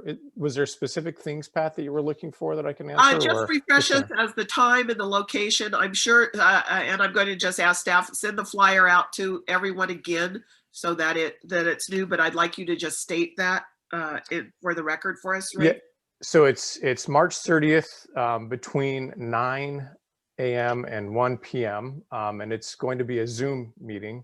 And I'll put it in the chat, but it's a link to a Valley Vision site that you can get more information about the program and to register, and registration is free. Very good. Thank you so very much. Anyone else? All right, Janice. Hi, let me go ahead and share my screen. All right. So we're in the part of the meeting where we want to talk about what's going to be coming up in the following months, steering committee meetings. And there had been, a lot of really good information that's been, shared today, last month, and a lot of also good ideas on the different agenda topics. And so I'm gonna just review pretty quickly the few different items that were suggested in, I believe, our January meetings, and we added to the list as we went along. And one of the topics was a collaborative decision-making training. And I don't know, Ariel, if you want to give a little synopsis of what that is, just for steering committee refresher. Sure. So oftentimes, the blueprint calls for these local steering committee processes to be collaborative. And it would go over and have some practice and some sort of collaborative skills, which involve being able to communicate what your interests are and being able to listen to other people and try to listen for what their interests are, so that when you all get together to make decisions, you're able to bring in and listen to and understand ways that might meet the larger group's interests. And this sort of gets also into your decision making, where you have sort of a consensus-based decision making. And we have some activities that I can do. I can also just make that smaller or longer, based on what your needs are. But it's just some of that practice and listening and working with each other to get to solutions that are agreeable to the largest group of folks. All right, thank you.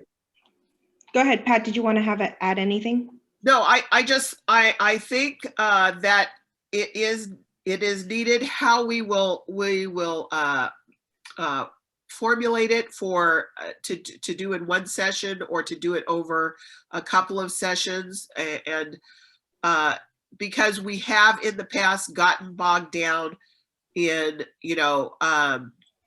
decision-making process that didn't let people who are quiet be heard, or it's my way or the highway decision-making. And we have to find ways to work past those barriers and make sure that every voice is also heard, so that their interests are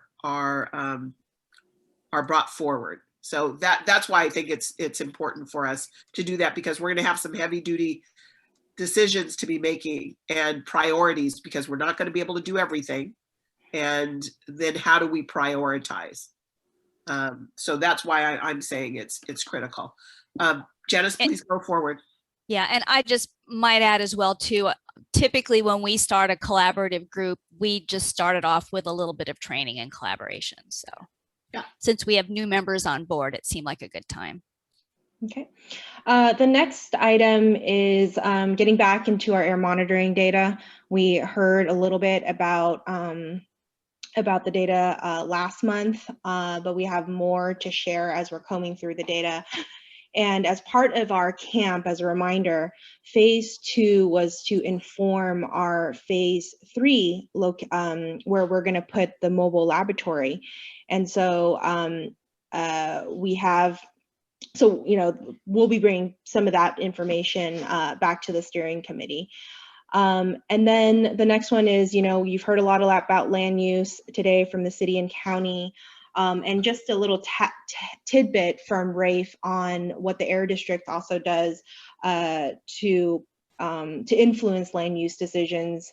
And there's a lot more that the land use group does. And so that could be a segue from what you heard today to what the Air District does as well, and how that partnership could be formed and or that's already formed and could be elaborated on. And then the next is, our regular report outs. Sounds like from earlier from the meeting, Vincent may had some information about the tag that he would like to share.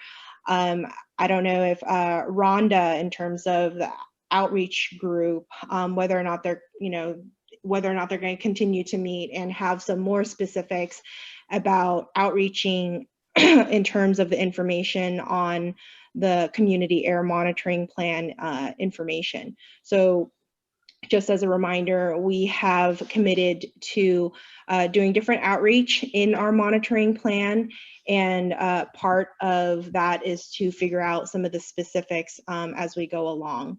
The next item is a pre-SERP local solution and a pre-SERP subgroup discussion.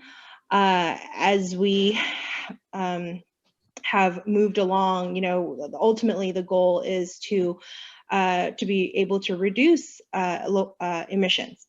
And so the district has, committed to, finding, strategies and ways to do that. And SERPs may be an element of that. But there could be a presentation from CARB and or a district on what the specific SERP elements might be. And the steering committee may want to talk about forming a pre-SERP exploratory subgroup. And then the next is just partnership building. And there's other topics of areas, which are healthcare, education, industry, transportation. There's so many people and agencies that could be a part of, that we're going to need to be a part of this conversation. And so we put that out there as options. And then we also have the Urban Heat Island presentation that we had heard a little bit about earlier in the year. So with that, I'm going to pass this discussion on to Pat and Bill to hopefully facilitate this discussion. A quick comment, this is Rhonda. Yes. The subcommittee that I served on with Vincent and Stephanie and some more people, I don't think we're meeting anymore. We just met 3 times to help provide some input and ideas on how they move forward. We met 3 times. We're going to have to come back and revisit that, because it was my fault about the issue of clarity, but outreach was supposed to be taking, how are we going to talk to the community about the data that's coming back? What were some of the brainstorms that we had for coming back? So we may need to revisit that subgroup issue, okay, because I think there was a misunderstanding about what role we were playing. Okay.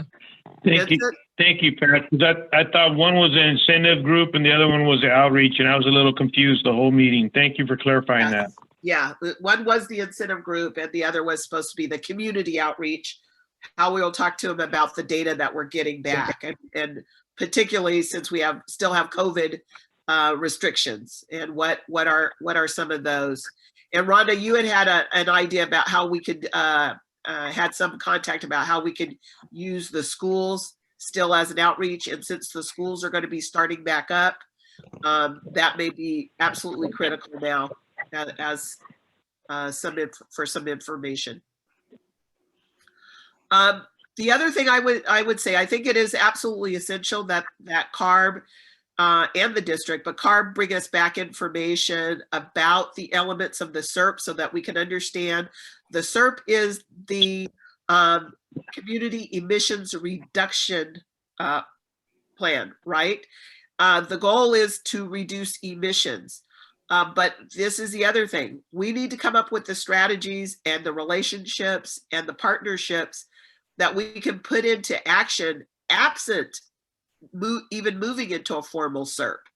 What are the things that we need to be looking at and working on to help reduce emissions? And how do we do that through the county, through the city, through industry, through community-based organizations and the community broadly as well? Those are all things we're needing to look at.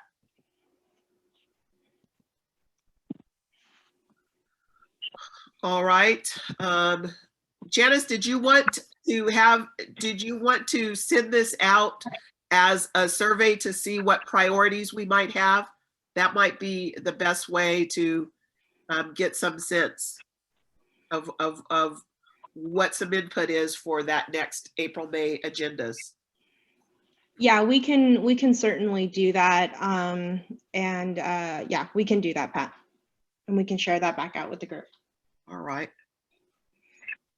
I'll say that we are hoping to be able to share some monitoring data at least some in April. And so we want to, because we want to bring it a little, bits at pieces at a time. That's so we can put in, just bits and pieces at a time, so it isn't too overwhelming. So we'll be doing, hopefully the steering committee will want to hear a little bit more about that, because we are getting the mobile monitoring in pretty soon. And when that comes, I know we need to come up with some socially distanced method of us being able to go and physically see the mobile monitor. Mm-hmm. As well as, can we get pictures of where our current monitors are located when you go out to service? I have a question. Have we chosen the location of the third phase 3 monitor already? No, we have not. We have not. Will the committee be a part of that decision? Absolutely. Absolutely. And that's why we need, we're going to be getting more information in April and May. But yes, Vincent, okay, thanks. And Vincent, we definitely are very much looking forward to the committee's involvement in that. It'll be very much like what we did with the, more like the phase 2, meaning we will get as close as possible to the areas that the committee is most interested in. We do have power considerations, things of that nature, but to the extent possible, we would like to be able to put the trailer where it is of most interest and value to the committee. And our data will start to also give us back some information about where that priority may be most critical to start with. So, all right. Bill, I'm good. All right, Ariel, public comment. Do we have any public comment before we adjourn? You're Ariel, you're. Adrian Wren, would you like to speak? And Vincent, I think your hand may have been left over up. But any other members of the public who would like to speak? I see Tito, you have your hand up too. So did we want to close the loop with the steering committee members and then move to the members of the Certainly, public? let's have Tito. Please do. Tito and Vincent first. Vincent first? Vincent, go ahead, Vincent. Okay, all right. So the monitor, the screen's not on my monitor, but I wanted to talk about the collaborative or decision-making process. I think that's a great idea. We need to learn how to listen to each other a little more better, and we're getting a lot better, but we still need to work on it. And I really want to emphasize there are people in the community who attend our meeting every month, and we don't really give them an opportunity to speak during the meeting, and we wait till the end of the meeting. And I think that is not the best way to work it. And so I'm just putting it out there. I think, you know, if we want to be collaborative and bring the community into our decision, let's bring the community into our meeting as we're running the meeting. So back to the, we need to decide the location of the phase 3 monitors and start working on the SERP. So in these agenda topics, those are the ones that I feel that we need to have your top priority. Put time to in our next agendas. Thank you. Thank you, Thanks, Vincent. Tito. Hi, everybody. Can you hear me? Yes. All right. Well, I hope everybody got their taxes done. We got one more month of extension, so that's my my contribution to the group.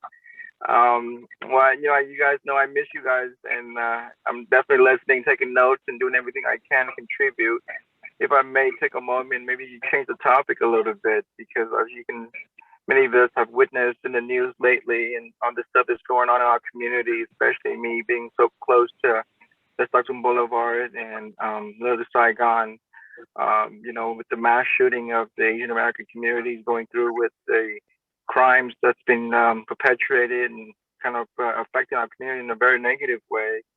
The community, the AAPI community is coming together and doing a bit of a rally, kind of like, you know, stopping the hate and really bringing to attention that, you know, me as an Asian American, you know, being here for 35 years as a refugee and an immigrant, I always felt so honored and privileged to have a place of my own, you know, and you guys have accepted me and to hear my opinion, my point of view, my perspective. I never claimed to represent the community, but I feel like I got a good idea and opposed to what's going on in my community. And now that I see my community suffering, you know, I've been on a lot of calls lately and even the radio and TV, and I just felt like I'm hopeless, right? I feel like I can't do anything to help to fix this problem. It's not just a crime that's been targeting our community and elders and in the Bay Area, even here or around the country. Yes. But this whole feeling that we're not a part of this community, the sense of not accepted, you know? I was out there when Black Lives Matter issues were brought up, and we felt like, you know, our brother and sister needed us to be out there. And I felt like now when our community is being targeted, we've always been viewed as quiet, you know, that modern minority, just, you know, put your head down and do everything you can to succeed and do well in school. But stuff like this happens to me, and I'm sitting here listening to all the great topics, you know, health-wise and a zip code and things that I feel like we're so empowered to do, but yet I feel so conflicted, right? I feel conflicted is that everything I could do, everything that I could do for my community, if I can't protect them, I can't protect my kids, what use is it? So I think, you know, just long story short, I felt maybe that, you know, when we go to sleep tonight or when we wake up tomorrow morning, take a moment, think about the Asian American community, who are your neighbors and your friends. You all accepted me as your member of this steering community, you know, and I feel like I hope maybe one of us who are affected by all these crimes and craziness, that we can relate and empathize that, you know, when you target one of us, you target all of us. Yes. And I just want to take a moment to share that with you because, you know, this Saturday, the API community is going to have a rally on the old Sears. This is Bill Nelson's old summer ground on Happy Garden on the corner of Footridge. We're going to rally from there all the way up to Sears, the old Sears, the corner of Thorn Road and Stockton Boulevard. even if you can't participate, open your heart and mind, have a little love for our community. I know we'll be better. I know our country will be better.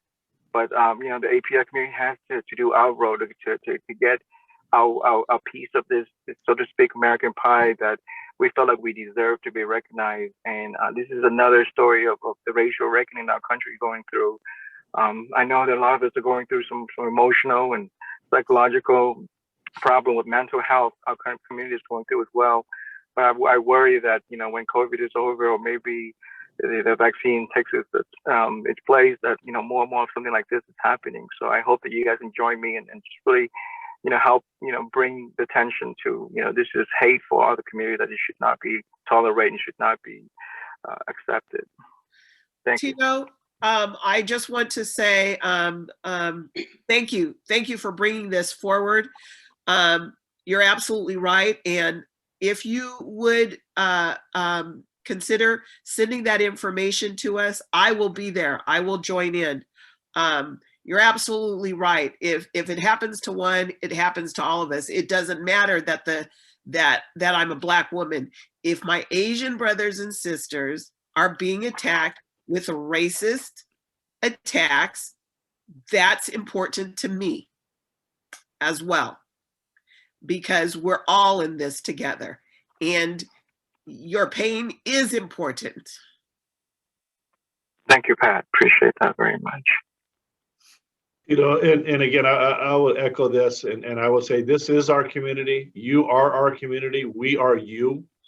You and I have been together a long time in Little Saigon, and you know, I would just say, as you look at this country, there are far more wonderful, great people than there are these other racist people.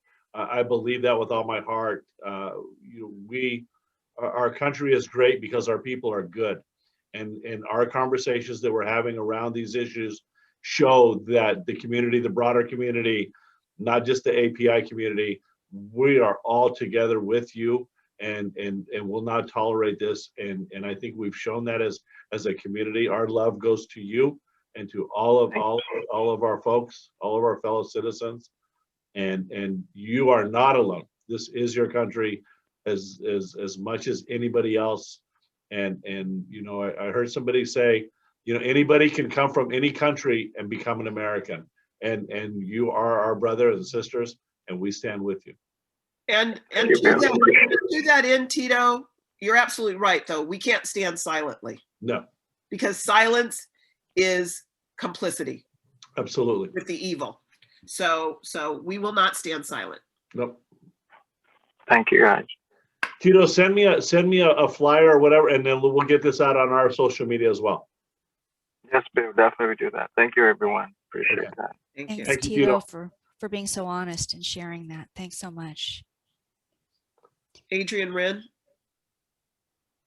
Hi there, and thank you, Tito, as well, for sharing that.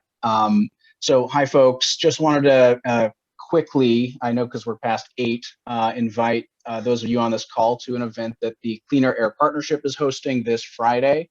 Advocacy, I just posted this in the chat. Advocacy has come up as a basically a part of the conversation as these meetings have gone forward. And one thing that we do at Valley Vision and at the Cleaner Air Partnership is advocate for resources and for policy changes at the state and federal level. We're considering doing some springtime scheduling of meetings with folks in DC regarding priorities for air quality policy change and resources as well. And a lot of advocacy programs are not particularly accessible. They're either expensive or you have to actually go to DC or elsewhere to take part in them. And the idea of doing some virtual federal advocacy, taking into account the new federal administration, I think is a good priority for folks in our region to consider. So in any case, this Friday, the Cleaner Air Partnership's having an event where we're going to share some initial ideas around advocacy priorities.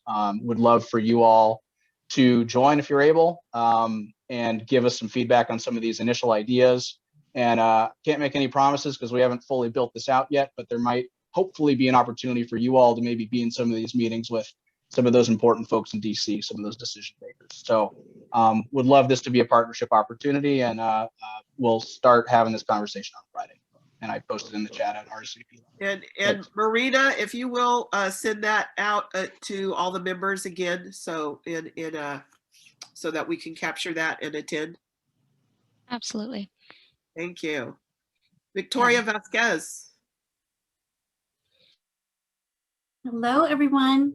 Hi. I've come to you not just a resident here in the area with 2 daughters with asthma, but also as a partner, as an organizer with the Sacramento Tree Foundation. I volunteered for the tag, brought some people along to the tag, and I volunteered to help with your community outreach, but I haven't heard anything and I haven't been invited to anything. What I would like to do, I liked the comment earlier saying that maybe the general public could be invited to speak a little more often throughout the meeting. I do think that you pepper in moments when we can ask questions, but I would like to pose a challenge, if you will, to the members of the steering committee.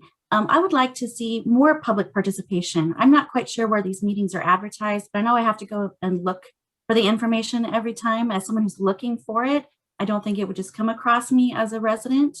So I would like to challenge you all to maybe invite 5 people of the general public to attend these meetings next time, or to help to bring more awareness to the steering committee so that we can engage the community in an easier way. So that's my 2 cents for the day. Thank you. Thank you. And Victoria, we will get back. We're getting the tag ramped up again because it had gone fallow. And Vincent, did you want to speak to that? No, I think my question was addressed, and then I had lost phone service for a minute there, but no, I'm fine. Thank you. Thank you. Thanks, Vincent. All right, that's Victoria, you've given us a challenge. As Vincent has said, we have to come up with ways, and that's going to be part of our brainstorming of outreach as well. And Herman has raised his hand as well. Herman Barahona. Hi, Herman. Hi, Pat. Thank you for the opportunity to speak. I'll make this brief. I wanted to announce to everybody that we stand in solidarity with the API community, and we have partnered up with the Green Team members and, of course, the Sacramento Tree Foundation, one of our major partners. We're going to be planting trees at Asian Resources Incorporated this weekend. And we're going to be setting up something with them to set up maybe some sort of commemoration or memorial or something to respect the tragedy that's been going on, not just in Colorado, but it's been happening since COVID-19 began. It's been happening here in Sacramento, and we want to highlight that we won't tolerate any of that BS. And just so you know, this is also part of our effort of the Green Team on environmental justice efforts to make sure that these stories are told, right? And that we make it part of a healthier ecosystem that we deserve in these neighborhoods. Thank you for the time. Thank you, Herman. And that is one of the realities that we have to reckon with, is that people have different experiences, different fears, different life experiences, and being hated because of your skin color or your culture or your whatever identifies you as being different from the person who hates you is something that is as critical for us to address as is air pollution. And we have to model that we are inclusive of all community. I did raise my hand one more time, and I do remember what I wanted to say. I hope that we can get the air quality index to be reflective of what the air is when it's happening in our community. Twice today I went outside, and as the wind was blowing, something blew in my eyes, that whatever, pollen or dust. But I mean, the air quality index says good, but I mean, almost everybody I know is suffering from asthma or some kind of air-related issue today. But, you know, the air quality index says good. And I don't know if that's not a pollution-related issue, but it's just air quality. Hey, Vincent, this is Mark. And in the interest of time, I'll be fairly brief, but I'd be happy to talk to you or anyone else who's interested in more details after as well. Right now, good or bad, is we're in the spring. So you have a lot more pollen and things in the air, especially when it's windy. Those are typically actually larger particles, have impacts, not questioning it, but it's a different measuring stick than the air quality index, because that's actually being tied to either PM 2.5 levels, which is really fine particles, or the ozone levels as we head into the summer season. So be happy to talk with anyone who's more interested in that, but I know we're also about a quarter after, so I'll be around after if people have more questions. Ariel, just for the point, could you please put that into the parking lot, because that is a relevant issue to the community, because if we don't know the differences, what may be pollens and the irritants that they are, including causing severe asthma, as well as air pollution and the toxics and particulate matter that can cause it, because we do have to distinguish that for the community as well. Thank you. Okay, thank you for capturing that. Thank you for all of your questions and your challenges, and Tito, for the calling out of recognition for your community and your broken heart at this moment, because it is devastating and it is hateful. It's just pure hate. And what can we do as a community to help each other through and beyond, to not let the voices of hate be the loudest and most impactful voices. So at that point, I think that we are at a point of closing. Are there any other questions before I take up a request for adjournment? If not, do I have a motion to adjourn? John Rice is saying yes. We have a motion to adjourn. Do we have a second? A second. Okay. All right. With that, it's a motion and a second. All in favor? We're out of here. Okay. Thank you. Good night, everyone. Take care, everyone. Okay. Thank Take you. care, Good everyone. night.